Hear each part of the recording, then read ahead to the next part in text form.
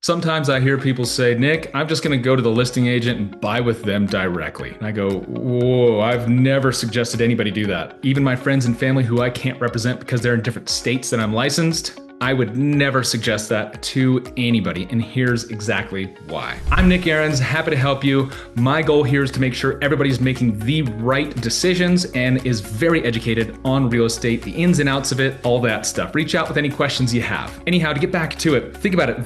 The real estate broker representing the seller has a legal fiduciary duty to that seller, not to you. Their goal is to get you to pay the highest price absolutely possible and sweet talk you into it. So let's say you walk into a home that's worth $850,000 and that agent knows, hey, my seller's gonna take $800K. They're probably gonna tell you, hey, you know, it's getting competitive. I can probably get you a good deal on the home. So you should submit at $840,000. I'll save you 10 grand. Well, think about it. Their job is to do things like that within obviously the legal realms of real estate and our local boards and ethics and all that kind of stuff. But their job is legally bound and signed on a contract to that seller to get you to pay the absolute most amount of money possible. Now, who do you hire? What do you do then? I always suggest, hey, you should interview 2 buyer's agents and ask them a handful of different questions. They're going to be able to get you the best deal in the home, not that person who has a legal obligation to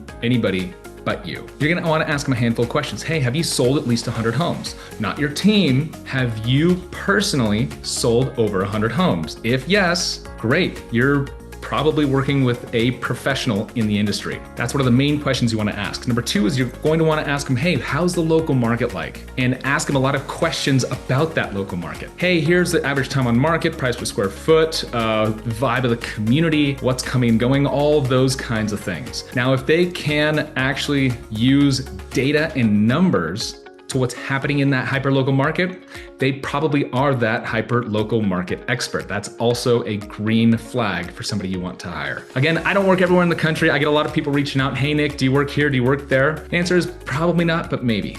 If I do, I'm happy to help you, educate you, no matter if you use me or not. And if you live in a different state than I'm licensed, reach out and I'll connect you with a local professional in that area.